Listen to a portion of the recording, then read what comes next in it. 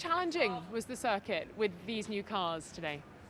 It's a very tricky track. I mean, it's quicker than before,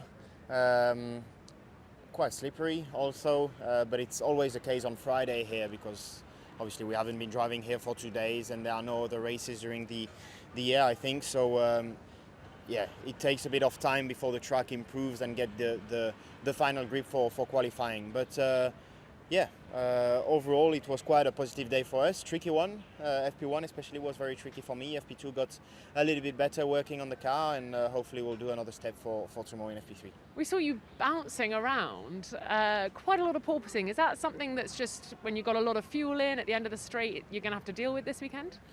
Well, I don't think it's fuel related. I think it's more track dependent. In Bahrain we had it a little bit, in Jeddah a little bit less, and now it's a bit more. So yeah, it is not so pleasant, but we are working on that. For now, it is not too much of a limitation lap time wise.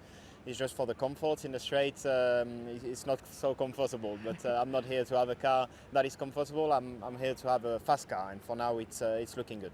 And are you expecting Red Bull to bring a bit more tomorrow, or are you kind of happy where you are? Yeah, I think already today they had more than what they've shown, just because they didn't put the lap together. Max had a bit of traffic, I think, in his fast lap, so it's going to be very close. And yeah, we'll have to maximize our car to be starting on pole on Sunday. Carlos, how was the car feeling compared to Bahrain and Jeddah?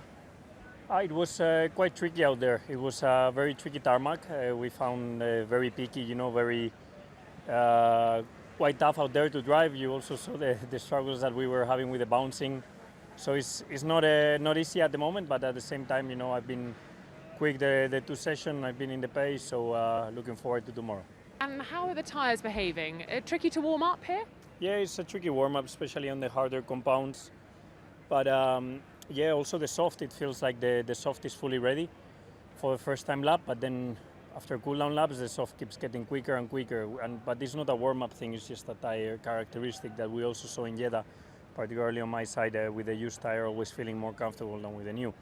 So it's something that we need to get on top of and something that we need to understand going into quali tomorrow.